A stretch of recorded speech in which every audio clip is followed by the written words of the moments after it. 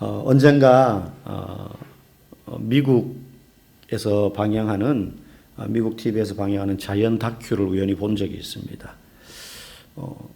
카메라가 시종일관 한 장면만을 보여줍니다.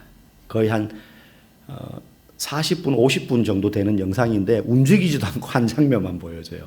고정 카메라예요. 뭐냐면 눈 덮인 산에 높은 산에 위에 나무가 고목이 쫙 자라 있는데 잎사귀도 하나도 없어요. 근데 거기에 있는 독수리 둥지를 비추는 겁니다. 그래서 쫙 비춰주면 고정되어 있어요. 사람이 그 위에 올라가지는 못하잖아요. 그래서 사계절이 바뀌는 동안 계속 찍고 있는 거예요. 찍는데 어느 순간 이제 계절이 잎사귀가 무성해졌다가 계절이 바뀌면서 새끼를 낳았습니다. 독수리가 새끼 3마리인가 4마리를 낳았어요. 그래서 알을 깨고 나왔는데 뭐 솜털이 부성부성하죠. 못 납니다, 당연히. 근데 이제 계속해서 먹이를 먹여다 나르고 바람 불어서 그냥 뭐 꼭대기니까 바람이 심하게 불 거 아닙니까? 나뭇가지로 만든 둥지가 허술해지면 또 가서 물어다 오고 막 암컷과 수컷이 번갈아 가면서 뭐 그 일을 하는 걸 그냥 그것만 계속 보여주는 거예요, 이제. 그래서 제가 이게 빨리 감기를 하면서 이렇게 좀 봤어요, 배속을 하면서. 근데 인상 깊은 장면이 있었어요. 보통 왜 나무 둥지 안에 구멍을 파고 들어가서 사는 새들은 비가 와도 안전하지 않습니까? 그죠? 근데 얘는 그냥 잎사귀가 무성한 나무 중간 가지에다가 집을 짓는 것도 아니고 이파리가 하나도 없는 꼭대기에다가 집을 지어요. 그리고 그냥 이렇게 바구니 같은 둥지 모양으로 만든 거죠. 바구니 모양으로. 그러니까 눈 오면 눈 다 맞고 비 오면 비 다 맞는 거예요. 그러고 나면 이제 집이 허술해지면 또 날아가서 나뭇가지 가져다가 또 보수하고 이러는데 한 번은 막 번개가 벙벙 치면서 겨울비가 막 쏟아져 내리는 겁니다. 새끼들은 아직까지 날 때가 안 됐어요. 독립할 때가 안 됐어요. 많이 크긴 했지만은 그때 이 어미 독수리가요 쫙 둥지에 올라오더니 날개를 쫙 펴가지고 이렇게 싹 감싸는 거예요. 아빠 독수리는 뭐 하냐? 주변을 계속 날아다니면서 나무 이쪽 가지에 앉았다가 저쪽 가지에 앉았다가 하면서 먹이를 찾는 건지 천적이 오는 뭐 다른 공격하는 뭐 천적이 사실 없겠지만 독수리에게 새 중에서는 계속 주변을 맴도는 지키는 거죠. 먹이를 찾는 것일 수도 있고. 어미는 뭐 하냐? 그 비가 밤새 와요. 그래서 아침에 와가지고 낮이 되고 그다음 밤이 되고 그 다음날 아침까지 이 엄마 독수리와 아빠 독수리가 번갈아 가면서 날개로 새끼를 덮고 있더라고요. 덮고 있어요. 그 다음날 되니까 이제 비가 그치고 해가 쨍 내리쬐니까 이제 막 어미새들이 저쪽에 가서 막 날개를 퍼덕이면서 물기를 이제 털어내는 겁니다. 새끼들은 그 안에서 자고 있더라고요. 자고 있어요. 비가 억수같이 쏟아지고 번개가 치는데 오늘 우리가 읽은 시편 91편 한 절 한 절이 전부 다 주옥같이 귀한 구절이고 말씀인데 이 시편 91편은요 바로 그런 하나님의 날개에 대한 이야기입니다. 날개. 그 독수리의 어미 날개 새끼들을 품어주는 비바람과 번개로부터 하나님의 날개가 그렇다 하는 이야기를 오늘 시편 91편은 우리에게 말해주고 있어요. 우리 1절 말씀 한번 같이 읽어보겠습니다. 시작. 지존자의 은밀한 곳에 거주하며 전능자의 그늘 아래에 사는 자여. 성도는 모두 하나님의 은밀한 보호 아래 사는 자들이라는 거예요. 네. 여기서 보면 지존자의 은밀한 곳 되어 있잖아요. 여기서 은밀한 곳이란 말은 말 그대로 첫 번째 떠오르는 이미지, 뭔가 감추어진 장소, 숨겨진 어떤 곳, 너와 나만 아는, 그와 나만 아는 비밀의 장소, 뭐 이런 의미입니다. 은밀한 곳. 그런데 또 다른 의미가 있어요. 무슨 의미냐면 비밀스러운 피난처. 위험이 닥치고 아니면 이 독수리에게서처럼 막 비바람이 몰아쳐요. 우리 인생에. 밤바다를 항해하는 배가 갑자기 풍랑을 만납니다. 망망대해에서 피할 데가 없는데 그 인근의 해역에 나만 아는 피난처가 있어요. 어느 섬에 들어가면 동굴처럼 만들어진 그 섬 내부가 있는데 거기로 들어가면 안전하다. 우리 섬들 중에 보면 그런 섬들이 있잖아요. 그죠? 굴처럼 뚫려 있는 섬. 나만 아는 은밀한 피난처. 그런데 오늘 본문에서 말하는 이 은밀한 곳이란 말은 일반적으로 그런 피난처라는 의미지만 단순히 그런 숨겨진 장소만을 말하는 게 아니라 하나님의 보호가 임하는 곳, 하나님의 보호가 있는 곳, 그런 의미에서의 피난처를 말해요. 단순히 가서 숨으면 비만 피하는 곳이 아닙니다. 하나님의 보호가 임하는 장소. 다시 말하면 여기서 은밀한 곳이란 말은 가장 안전한 곳이라는 거예요. 하나님의 보호가 임하는 곳이기 때문에 가장 안전한 곳이에요. 여러분, 그 새끼 독수리에게 가장 안전한 곳은 어디겠습니까? 저 나무 꼭대기 막 바람 불면 휘청휘청 거리는데 위험해. 저 땅바닥에 내려와야겠어. 여러분, 땅바닥이 새끼 독수리들에게 안전하겠습니까? 날지 못하는 새끼 독수리들에게 공중이 안전할까요? 아닙니다. 허술해 보이지만 어미가 날개로 덮어주는 그 둥지가 세상에서 제일 안전한 거예요. 여러분, 전쟁터에서 어린아이에게 가장 안전한 곳이 어디일까요? 부모님과 함께 있는 곳이에요. 부모님의 품이 제일 안전해요. 제가 이제 얼마 전에 왜 30년 된 군대 동료들을 만났던 이야기를 주일날 잠깐 해드렸잖아요. 그 중에 아주 그냥 사나이 중에 사나이, 부산 사나이가 한 명 있어요. 부산에서 그 친구 있는 데서 만났는데 제 후임으로 들어왔던 친구예요. 나이는 저랑 똑같지만 얘가 되게 사나이예요. 막 말도 그냥 딱 들으면 부산 사나이예요. 말투도 그렇고 행동하는 것도 그렇고 막 싹싹 씩씩해요. 근데 얘가 고소공포증이 있어요. 그래서 유격을 뛰었는데 정말 빵 터졌어요. 얘 때문에. 그렇게 막 씩씩한 애인데 뭐 힘든 거 예를 들어 뭐 이거 할 사람 그러면 제일 먼저 손 들고 말이죠. 솔선수범하고 그랬던 친구거든요. 근데 유격을 뛰는데 다른 건 괜찮아요. 잘해요. 뭐 장애물 타넘고 뭐 뛰고 PT 체조하고 이런 거 잘하는데 막타워라는 게 있어요. 그게 뭐냐면 이제 공수훈련이거든요. 그러니까 11m 높이의 구조물에 올라가 가지고 낙하산 띠 같은 거를 묶고 줄이 여기서 저기 한 200m 한 몇백 메다가 쫙 있으면 이제 거기서 이렇게 딱 뛰어내리는 훈련이에요. 11m 높이에서. 그러니까 헬기에서 뛰어내리는 모의 훈련을 하는 거죠. 실제 헬기를 타지는 못하니까. 그래서 뛰어내리면 떨어지면서 11m 높이에서 낙하면서 철렁철렁거리면서 이제 이러면서 이제 갑니다. 근데 떨어지면 아무것도 아닌데 그 떨어지는 순간이 무서운 거잖아요. 누구라도. 저도 무서웠어요. 이제 무서웠는데 얘는 올라갔는데 엉덩이를 이렇게 쭉 빼고 아예 그 길을 내다보지도 못하는 거예요. 딱 보니까 이제 못 뛸 것 같아. 그래서 보통은 조교 한 명이 옆에서 이렇게 물어요. 애인 있습니까? 애인 있습니다. 애인 이름 3번 부르면서 뜁니다. 그러면 이제 영수가 이러면서 팍 뛰거든요. 근데 얘는 애인이 있습니까? 없습니다. 엄마 있습니까? 있습니다. 엄마 이름 3번 부르고 뜁니다. 엄마 이러고 못 뛰는 거예요. 엉덩이 뒤로 쭉 빼고 이 벽을 꽉 붙잡고 있는 거에서 얘가 어떻게 뛴 줄 아세요? 조교들이 3명이 올라와가지고 양쪽 손을 막 손가락을 하나씩 뜯었어요. 얼마나 초인적인 힘이 생기는지 이게 거미줄처럼 안 떨어지는 거예요. 그래서 손가락 하나하나 뜯고 이것 뜯으면 여기 붙고 이것 뜯으면 여기 붙고 이래가지고 안 떨어지는 거예요. 얘 때문에 한 10분을 거기서 뒤에 애들이 전부 다 기다리고 있었어요. 그래가지고 조교 2명은 뒤에서 얘를 밀고 2명은 손을 잡아 뜯는 거예요. 이제 가지고 뜯어가지고 손 모아! 앞으로 모아야 되는데 안 모으는 거예요. 계속 여기를 본능적으로 붙잡으려고 하는 거예요. 결국에 거의 막 엉덩이를 발로 차고 4명이 달라붙어 강제로 집어 던졌어요. 그러니까 으아! 이러면서 떨어졌어요. 떨어지면 아무것도 아니거든요. 내려와가지고는 얼마나 놀림감이 된 줄 모릅니다. 그렇게 씩씩하던 애가 그래서 자기 고소공포증이 있다고. 그랬던 기억이 납니다. 거기서요. 엄마 있습니까? 그러면 이제 몇 번 올 뺨이 엄마 이름 3번 부르고 뜁니다.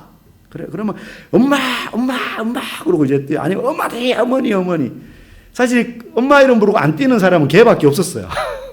다 뛰어요. 대부분 무서워해요. 무서운데도 그 엄마 이름 부르고 어떻게 안 뜁니까? 예. 여러분 엄마가 같이 뛰는 건 아닌데 그 순간에 엄마 부르는 순간 그래도 뭔가 안도감이 좀 생기는 거예요. 그러니까 조교들이 애인 없으면 엄마 이름 부르라 그러는 거예요. 그냥 괜히 부르라는 게 아닙니다. 그러니까 혼자가 아니라 엄마 이름을 부르는 순간 뭔가 조금 안심이 되는 거예요. 떨어져 있으니까 또 얼마나 그립겠습니까? 심리적으로 힘이 되거든요. 우리의 보호, 은밀한 하나님의 임재가 임하는 곳, 은밀한 곳. 그 위에서도 엄마 이름 부르면 뭔가 안심이 되고 보호받는 느낌이 드니까 뛰어내리는 것 같은 거죠. 여러분 신약 성경에 보면 마가복음에 제자들이요, 폭풍이 몰아치는 밤바다를 항해하는데 막 두려워 떱니다. 배가 휘청휘청거리니까 얼마나 무섭겠습니까? 밤에. 근데 그때 그 배에 누가 있었어요? 제자들만 있었던 게 아니라 예수님이 같이 계셨어요. 예수님 뭐하고 계셨습니까? 배 밑에서 상황과 맞지 않게 주무시고 계셨습니다. 많이 피곤하셨던 것 같아요. 그래서 제자들이 예수님께 가서 막 예수님을 깨웁니다. 예수님, 예수님. 지금 이렇게 주무시고 있을 때가 아닙니다. 우리가 지금 다 죽게 생겼습니다. 지금 나와 보십시오. 그때 예수님께서 딱 나오셔가지고 바람과 바다를 꾸짖으사 잠잠하라 하심에 바다와 바람이 잠잠해지게 됩니다. 그러고 나서 예수님이 제자들에게요, 왜 이렇게 무서워하느냐? 너희가 어찌하여 믿음이 없느냐 하고 믿음 없음을 꾸짖습니다. 여러분 한번 생각해 보세요. 예수님이 지금 제자들에게 너희가 믿음이 없어서 지금 이렇게 무서워하는구나, 너희 믿음이 어디 있느냐 할 때 도대체 무슨 믿음을 이야기할까요? 무슨 믿음이에요? 기도하면 바람과 바다가 잔잔하게 될 것이라는 믿음일까요? 아닙니다. 그 본문을 읽어보면 재미있는 표현이 나와요. 마가복음 4장 36절인데 우리 같이 한번 화면 보고 읽겠습니다. 시작. 그들이 무리를 떠나 예수를 배에 계신 그대로 모시고 가매 다른 배들도 함께 하더니, 또 41절에 그들이 심히 두려워하여 서로 말하되 그가 누구이기에 바람과 바다도 순종하는가 하였더라. 요 사이에 제가 방금 말씀드린 그 일이 있었던 거예요. 근데 여기 보니까 처음에 그 바다로 배를 타고 나갈 때 예수님이 그 배에 타고 나가는데 가만히 보니까는 배 한 척만 나간 게 아니에요. 다른 배들도 함께 갔어요. 그 말은 그 풍랑이는 바다 위에 예수님이 탄 배만 있었던 게 아니라 다른 배들이 여러 척이 있었던 거예요. 예수님을 따라 나온 다른 배들. 그러니까 그 배들마저도 예수님이 바람과 바다를 잠잠케 하는 기적을 본 거예요. 제자들만 무서웠던 게 아니라 그들도 무서웠겠죠. 다른 배에 탄 사람들. 근데 41절에 그들이, 36절에 그들이, 여기서 그들은 제자들을 말해요. 그 무리 전체를 말하는 게 아니고. 제자들이 예수님이 바람과 바다를 잠잠케 하신 모습을 보고 어떤 마음이 드느냐 하면 그가 누구이기에 바람과 바다도 순종하는가 하였더라. 이거는 다른 배에 탄 사람들, 예수를 잘 모르는 사람들 이야기가 아니에요. 그러니까 제자들도 이때까지 예수님이 어떤 분인지 잘 모르고 있었어요. 그러니까 제자들이 아는 예수님 이때까지는, 이게 마가복음 초반부거든요. 4장인데 3장에 보면 이제 12제자를 이렇게 이름이 쭉 나와요. 이게 제자화 된 지 얼마 안 됐어요. 제자로 명명한 지가. 예. 그러니까 초창기인 거예요. 예수님을 따라다닌 지. 그러니까 제자들도 예수님에 대하여 가지고 있는 인식이 그렇게 깊지, 우리보다 예수님을 더 몰라요. 이때만 해도. 그들이 생각하던 이때까지 예수님은 좀 뭔가 특별한 분, 다른 이스라엘의 랍비들보다 똑똑하고 지혜가 많으신 분. 그 앞에 보면 기적을 행하는 장면도 나오거든요. 병자 고쳐주는. 그렇게 기적을 행하는 능력은 있지만 어디까지나 개인의 병을 한두 명 고치는 정도지 뭐 자연을 통제하고 다스린다? 이건 듣도 보도 못한 거죠. 그래서 이분이 하나님의 아들이요, 세상 모든 사람들의 구원자라는 인식까지는 아직까지 가지지 못했을 때예요. 그런데 이 기적을 보면서 제자들의 마음에 물음표가 생긴 거예요. 뭐지? 이 예수님이 우리가 생각하고 있던 그 정도의 분이 아닌 것 같아. 그저 아픈 거 얘기하면 불쌍히 여겨서 고쳐주시고, 저도 가끔 안수하면 나을 때가 있단 말이죠, 누가. 예수님, 이 당시 제자들이 가지고 있던 예수님에 대한 인식과 별로 차이가 없을 수도 있어요. 아니면 모르는 거 질문하면 막힘없이 대답해주는 세상의 모든 지식과 지혜를 소유하신 똑똑하신 분. 뭐 그런 선생님 정도로 생각했는데 그게 아니라, 와, 말 한마디로 바람과 바다까지 다스리는 거 보니까 이분이 우리가 생각하는 것보다 훨씬 크신 분이다. 그런 생각이 들자 이들이 예수님을 보고 두려워하게 된 겁니다. 똑똑한 선생님 정도인 줄 알았는데, 야, 이분은 우리하고 달라 뭔가가. 그래서 두려운 거예요. 사람들은 자기와 다른 존재를 보면 두려워하잖아요. 이해되지 않는 예수님의 모습이 보이는 거죠. 어쨌든 자기들이 생각하고 있던 예수님보다는 훨씬 엄청난 분. 여러분, 예수님이 어떤 분인지 제대로 알면, 제대로 모르면 두려워요. 염려가 되고 걱정이 돼요. 근데 제대로 알면 그분이 함께 계신 것만으로도 우리는 보호받는다는 생각이 들어요. 제자들이 예수님이 누군지 똑바로 알았다면 두려워하지 않았을까? 그래서 여기서 말하는 어찌하여 너희 믿음이 없느냐라고 말할 때는 내가 누군지 너희들 아직까지 똑바로 알지 못하고 있구나 이 말이에요. 뭐 어떤 믿음이라는 우리가 믿습니다 이게 아니라 믿음이 그래서 뭐냐? 믿음의 또 다른 모습은 예수님이 누군지 바로 아는 거예요. 이분이 어떤 일을 행할 수 있는 분인지, 이분의 정체가 뭔지 그걸 바로 알면 풍랑 정도에 무서워하지 않았을 거란 말이죠. 그저 지혜로운 분, 병 고치는 정도, 이 정도의 분으로만 알고 있으니까 무서운 거예요. 예기치 못했던 풍랑을 만나니까. 그래서 예수님이 너희들 아직도 나를 똑바로 알지 못하고 있구나. 그 말씀하신 거예요. 예수님은요, 제자들을 생각했던 정도로 내가 가난하면 기도하면 부자 되게 해주시고, 돈 필요하면 돈 주고, 학교 시험에 불안하면 붙게 해주시고, 기도하면 취직하게 해주시는 그런 정도의 분이 아니라 우리의 인생 전체를 보호하시고 안전하게 해주시는 완전한 보호자요 피난처가 되시는 분인 줄 여러분 믿으시기 바랍니다. 그 믿음은 어디서 생기느냐? 예수님을 똑바로 아는 데서 생겨요. 여러분 믿음은 아는 만큼 믿는 거예요. 아는 만큼 믿는 거예요. 어떤 풍랑에도 우리와 함께 그 풍랑 한가운데서 우리를 지켜주시는 분이십니다. 엄마 이름만 불러도 그 높은 데서 뛰어내릴 수 있는 힘이 생기는데 예수님이 어떤 분인지 바로 알고 나면 내 주변 환경이 풍랑이 있는 환경이고 비바람에 인생의 배가 흔들려도 우리는 두렵지 않을 수 있다는 사실을 여러분 꼭 기억하시기 바랍니다. 그래서 문제 앞에서 내가 두려워 떠는 것은 예수님이 어떤 분인지 잘 모르기 때문이에요. 잘 모르니까 믿어지지 않는 거죠. 여러분 이건 단순히 감정적인 위안을 얻으라는 말이 아닙니다. 하나님의 약속에 근거한 믿음이에요. 오늘 본문에 보면 거하다라는 말이 나와요. 그 말은 계속 머물다 이런 뜻이에요. 거기에 머물러 산다 이런 뜻이에요. 예수님을 믿으면 내가 필요할 때 기도하면 싹 나타나서 도와주고 샥 사라지는 그런 분이 아니에요. 예수님은 우리에게 나타나셔서 필요할 때 금도끼 은도끼 던져주고 뿅 하고 연기처럼 사라지는 그런 분이 아닙니다. 그래서 예수님 어디 계세요 하고 찾아야지만 겨우 찾을 수 있는 그런 분이 아닙니다. 그분은 믿는 그 순간부터 나와 함께 거하시는 분이에요. 내 안에 항상 계시는 분이에요. 내가 편안할 때뿐만 아니라 병들어 힘들어할 때도 가난할 때도 고난 가운데 있을 때도 예수님은 우리와 함께 계시는 분이라는 사실을 여러분 꼭 믿으시기 바랍니다. 특히 오늘 4절 말씀에 보면 이런 표현이 나와요. 그가 너를 그의 깃으로 덮으시되. 날개깃을 말합니다. 그 독수리 날개깃. 암탉이 병아리를 품는 것과 같은 그 새의 날개깃을 말하죠. 그렇게 우리를 보호하신다는 거예요. 복음을 한마디로 표현하면 하나님이 우리를 위해서 그분의 날개를 찢으신 사건이에요.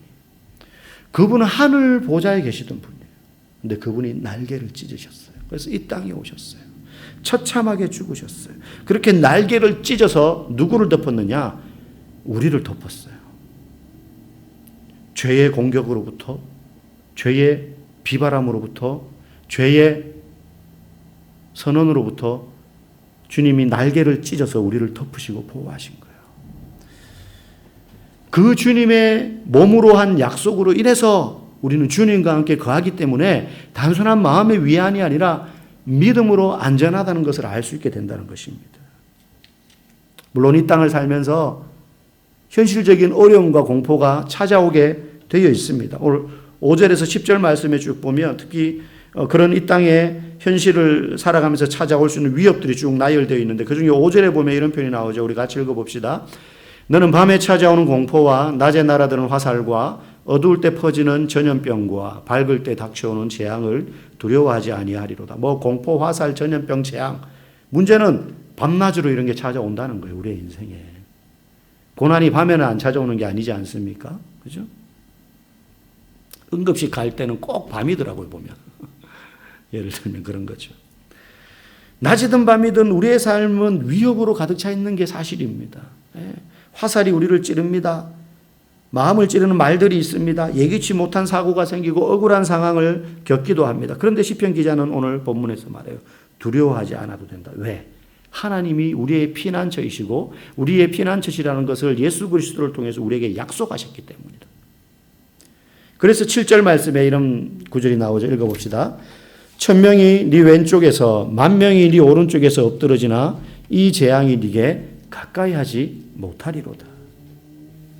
여러분, 하나님의 약속에 근거한 믿음으로 우리는 안전할 수 있는 거예요. 그 은밀한 곳에 우리는 거할 수 있는 거예요. 그분이 어떻게 말씀으로 약속하셨느냐가 11절부터 16절에 쫙 나와요. 그 중에 마지막 우리 11절 말씀 읽어봅시다. 그가 너를 위하여 그의 천사들을 명령하사 네 모든 길에서 너를 지키게 하심이라. 천사들을 명하사. 그리고 14절부터 16절에 보면 여러 가지 표현들이 나와요. 내가 너희를 건지겠다. 높이리라, 응답하리라, 함께하리라, 구원을 보이리라. 건지리라, 높이리라, 응답하리라, 함께하리라, 구원을 보이리라. 하나님의 보호는 우리가 고통을 당하지 않게 하는 것이 아니라 고통 속에서도 우리를 무너지지 않고 일어서서 그 길을 걸어갈 수 있게 하시는 것입니다. 사망의 음침한 골짜기를 아예 피하도록 하는 것이 아니라 사망의 음침한 골짜기를 다닐지라도 해를 두려워하지 않게 하시는 거예요. 왜? 주께서 나와 함께 하신다는 것을 믿기 때문에. 그게 말씀이 우리에게 일관되게 가르쳐주는 진리예요. 성도만 피해가는 고난은 없습니다. 성도도 겪는 고난이 많을 뿐입니다. 그러나 다른 것은 이 약속의 말씀처럼 건지고 높이고 응답하고 함께할 것이며 구원을 보이겠다. 그 말씀 때문에 그 길이 사망의 음침한 길인 줄 알면서도 순종해야 되는 길이라면 걸어가는 거예요. 인생의 위기와 어려움을 겪지 않는 사람은 그래서 아무도 없어요. 문제는 어디로 피하느냐, 그 순간에. 오늘 시편 91편은 이렇게 묻는 거예요. 너는 그때 어디로 피하냐? 네 인생에도 위기가 닥치는데 너는 어디로 피하냐? 어디에 거하고 있느냐? 우리의 거처가 하나님의 날개 아래라면 어떤 폭풍과 비바람도 두렵지 않은 줄 믿습니다. 예수님이 우리를 떠나지 않고 계시다는 사실을 말씀을 통하여 우리가 확신하게 된다면 시련의 비바람 앞에서도 우리는 너끈히 일어설 수 있는 줄 믿습니다. 돌멩이 하나, 바늘 하나도 막아줄 수 없는 텐트, 비닐하우스 같은 이 세상의 집에 우리가 안전함을 느끼며 살 것이 아니라 이 세상의 돈의 성공에 우리의 안전함을 의탁할 것이 아니라 우리의 영원한 피난처요. 요새가 되시는 전능자의 날개 아래로 피하는 지혜로운 성도들이 다 될 수 있기를 주님의 이름으로 간절히 축복합니다.